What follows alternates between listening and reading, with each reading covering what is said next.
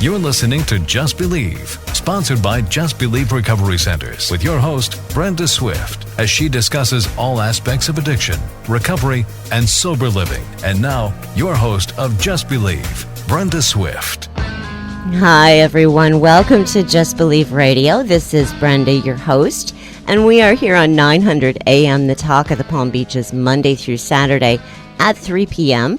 We do have a call-in line for those that are looking for information about treatment or any kind of questions they have for a counselor about somebody that they love that's having addiction problems. That number is 877-309-3635. And I would like to announce at the beginning of the show here that today is the 80th anniversary of Alcoholics Anonymous, and wishing everyone that is involved in that program a wonderful celebration for a program that has saved millions and millions of lives. And I would like to welcome to the show somebody that is experiencing recovery and that I met, I believe it's been a couple of years ago. Welcome, Kade. Hi, Brenda. Hi, how are you today? I'm doing great. Another lovely morning to be alive. Oh, absolutely. It's phenomenal how it's a gift to wake up in the morning instead of the whole, what did I do last night feeling anymore, right? Oh, yeah, definitely. And Kade is in recovery, and he's experiencing a lot of the gifts of recovery. He's taken time out today to be able to share his message and how he got there and help people to relate to the stages that got him there, and let people know that there is hope. And that's the biggest thing that Just Believe Radio is about, is bringing hope to those that are suffering and their families. Now, Kade, we talked a little bit about your history, and I know I know a lot about your history as well. When you were growing up, did you grow up in an alcoholic home, or was there dysfunction, or was it quote unquote normal? I grew up with my mother and my stepfather. My mother, she never drank. My stepfather, I saw him drink maybe a couple times, but he was a very, very abusive stepfather. And he always would just love to beat on me for anything that he got. You know, he'd come from home from work mad, he'd beat on me. I'd come home from school, he's mad, he'll beat on me. And one day he took it too far and sexually abused me when I was about 7 years old. And that didn't stop until I was about 13. Oh, I'm so sorry. And all of the emotions that go along with that type of abuse, and a lot of shutting things off and not being able to process feelings. Is that what you experienced? Yeah, definitely. Especially because, I'd have all these emotions of, me not feeling the same as anybody else in school. I just always felt different, and I didn't get along with kids. And, I would try to express my feelings to either him or my mother, and I just got shut down and told that, you're worthless anyway, so why care? Was Mom aware of the abuse, the violence, or the sexual abuse? Did she get involved or protect you as a child at all? My mom, when she tried to protect me, he would just turn his focus on her. And she would do that a lot to save me, but there's a point where she just couldn't take it anymore, and he was too strong of a man to be able to stop. Oh, I'm so sorry. And that is a lot of what we hear in stories of those that go on to have experiences with abuse and substances and addiction, and the coping skills that are normally learned at that age just don't exist. So we learn to shut them down because we have no idea of how to process what we've been through. And that was your experience as well. How old were you when you first tried drugs or alcohol? I was about 9 years old when I tried my first drink of alcohol. And was that just tasting it, or was there actually enough to feel the effects of it? I tried my first drink, and I actually felt normal. If there is a normal, I felt normal at that point, and it just made me want to do it more. So I would just keep going in the liquor cabinet, And, of course, I got caught doing it. I got beat for it, and it just made me want to drink it more. Of course, that's very common for us as well, is that the more that we're told not to do something, the more that we want to do it. Just to feel some sense of power over our lives is how that started for me and a lot of the people I've worked with. So when you tried it at 9 and basically knew that it was a solution to how you were feeling, what age did you realize that it was a problem? I really didn't think it was a problem until I was about 16. And at 16, I had moved on from alcohol to pills into heroin. And like right about 13, I started injecting heroin, and I didn't think it was a problem. I thought it was just something that, kids my age did just to get, to fit in with people older, maybe to protect me, or I'm not exactly sure why I wanted to start doing that, but I did. And I found out it was a problem when I would start stealing all of my mom's jewelry, all of her spare cash, her rent money, anything I could get my hands on, I'd steal it.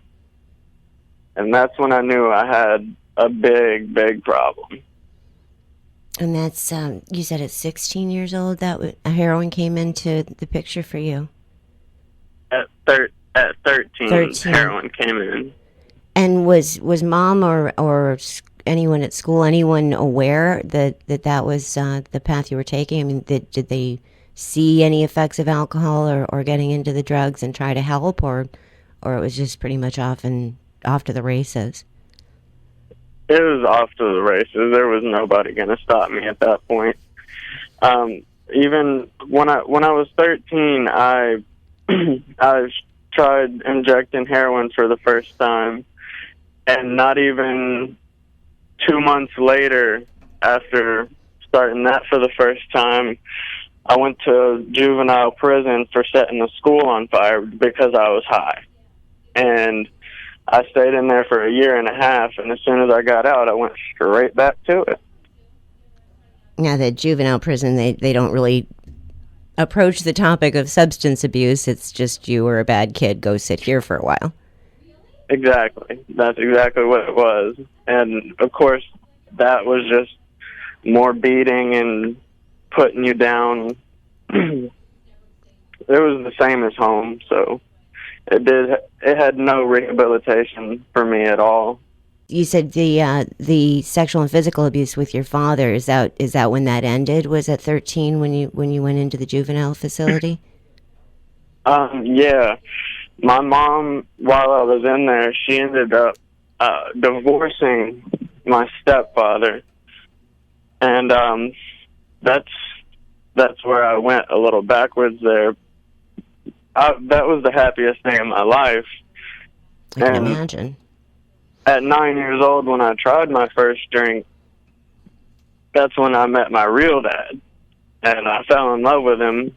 And I always ran to him to help me when my stepdad would hurt me.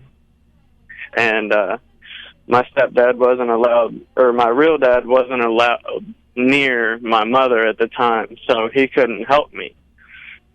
And it set me off to the races, and then by 11 years old, he committed suicide over this addiction. Oh, my gosh. So you have a history of people that are abandoning you and not able to protect you, and you found it's sad for people to understand or start to understand, but there's a piece to being able to use alcohol and drugs to escape a life of that kind of pain, and that's exactly where it sounds like you went. Is that right? Yes, I did. I learned that, okay, if I take this drink, okay, if I take this drug, everything's going to be okay, but once the effects wears off, I'm going to have to find more. Absolutely. And you are listening to Just Believe Radio. We are on 900 AM, the Talk of the Palm Beaches. And the call-in line for anyone looking for help for drugs or alcohol is 877-309-3635. And I have on the line today Kade, who has got quite a history with abuse and alcoholism and drug addiction. And he's taken time out to share with us today how it all worked or didn't work that actually got him to the point of being able to find recovery.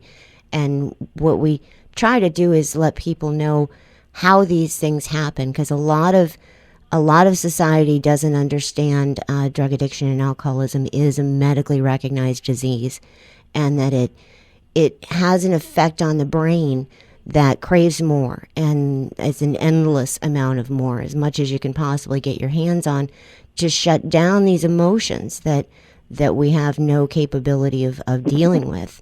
At 13, you went into the juvenile facility and then came out, and because there wasn't any help available while you were there, it was just punishment.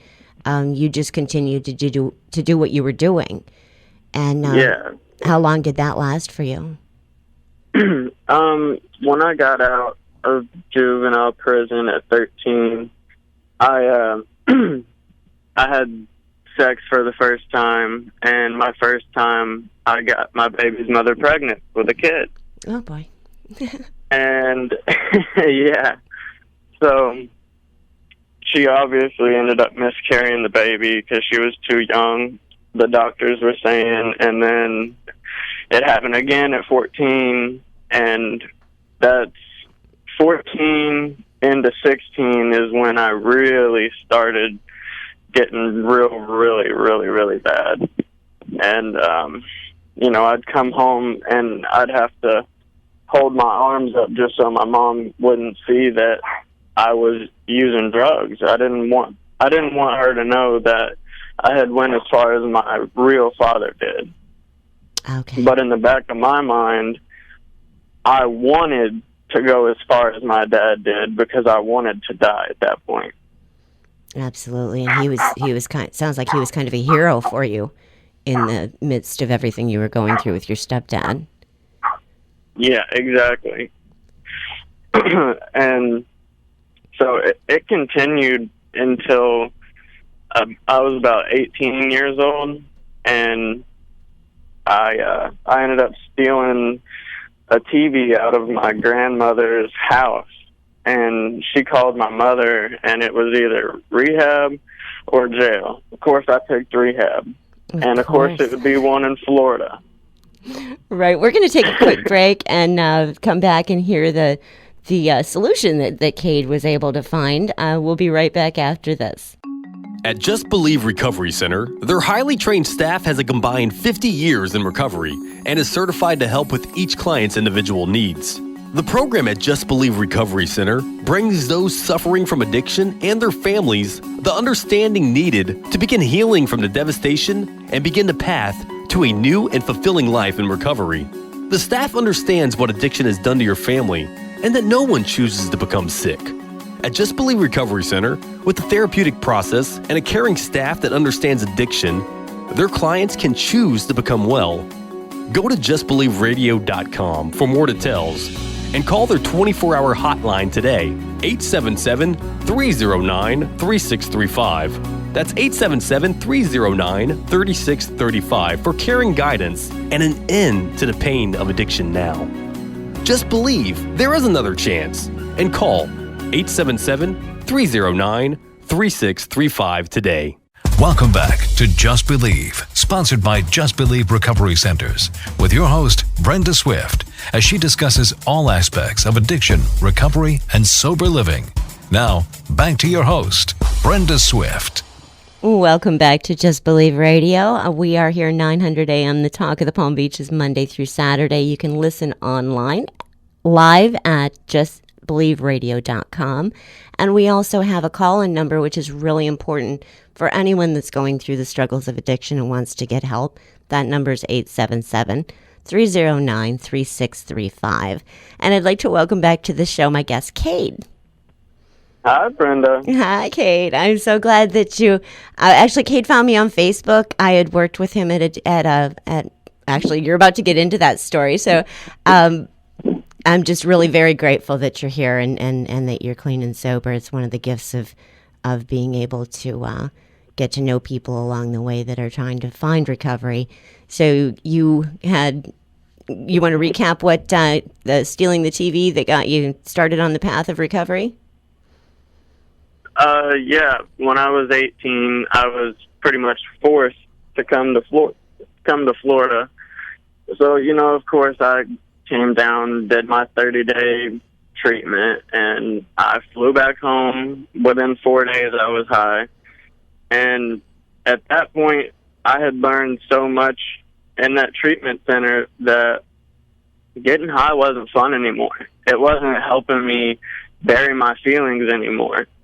It was just, honestly, it was just starting to become a nuisance to me that I knew if I kept getting high, now I knew that if I kept getting high, I'd be dead. And, of course, I didn't want to believe, oh, well, they're saying you could go out and use one more time and you're dead. I never thought of that. And I didn't care because I still wanted to die.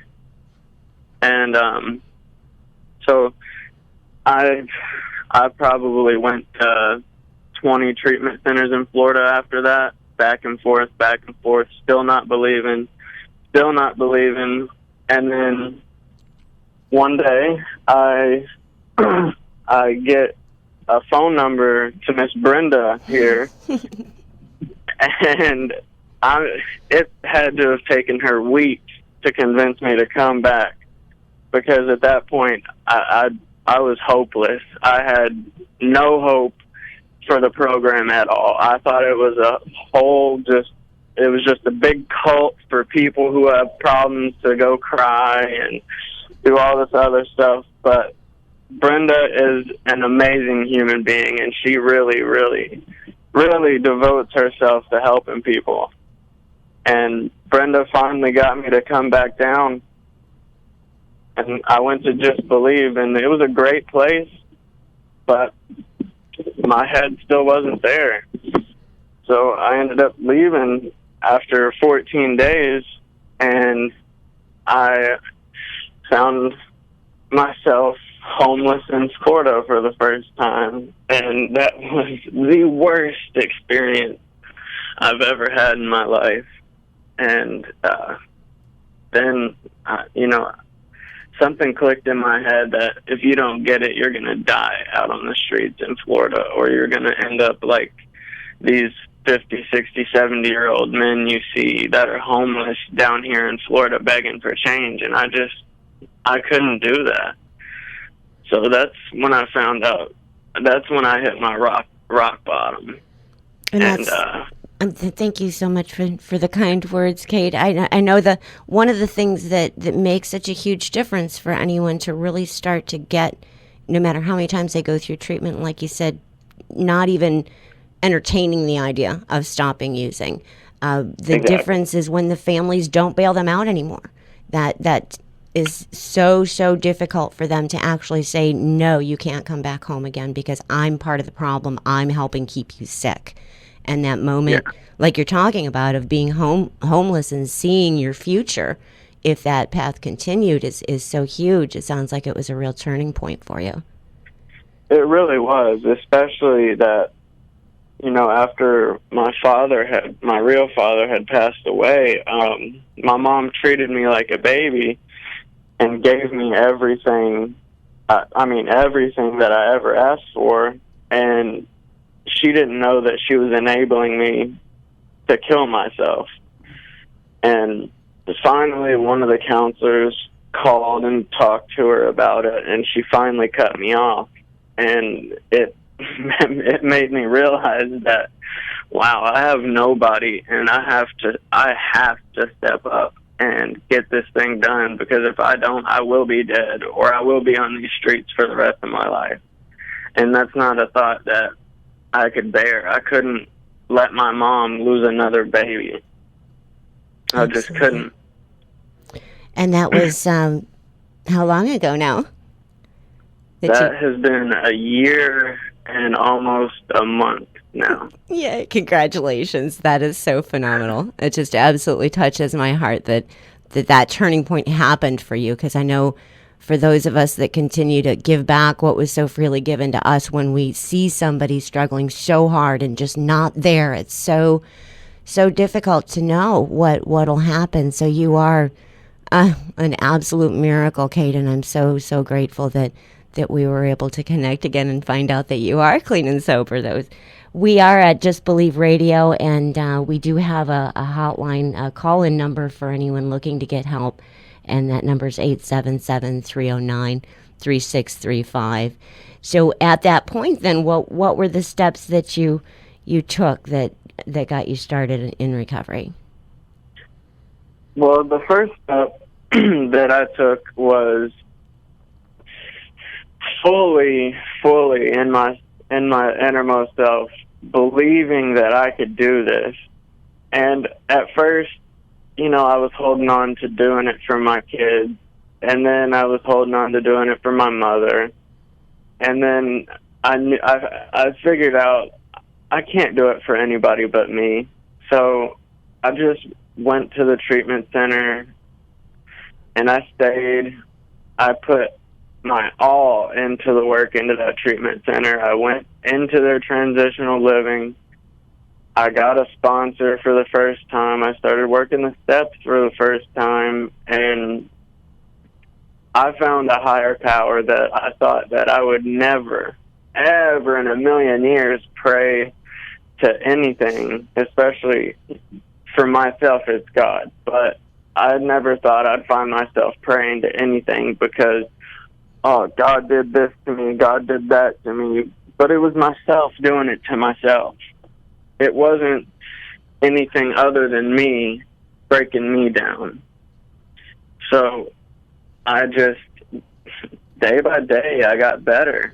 I less and less started thinking about getting high. I wasn't thinking about getting high anymore. So I was like, wow, maybe this program really does work. I'll give it a couple months. I gave it a couple months, and everything was just getting better. And then I get up to a year and a month now, and of course, not everything is perfect, but the program doesn't promise us perfection, or the program doesn't promise us everything. I don't have a job right now. And you are looking for work and treatment, is that right? To give back? I am. That's really, really cool. And now you're in which city now? Is it West Palm? I'm in Lake Worth. Lake Worth, okay. Now we are getting close to the end of the show.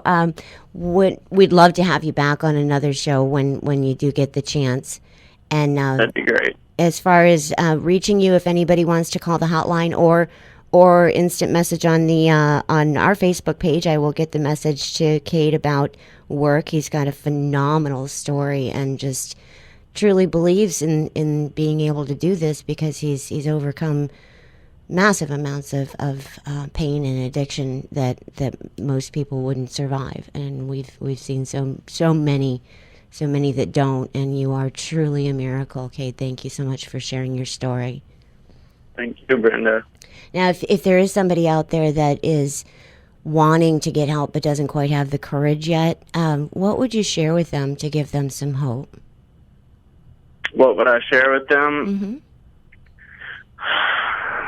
Mm-hmm. Don't give up on yourself. You may be 20, you might be 40, but there's always still hope for you.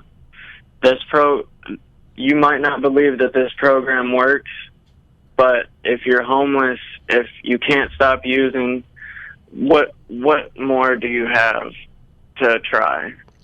I'm sure you've exhausted most of everything that you could possibly do to try to stop or keep getting that next one.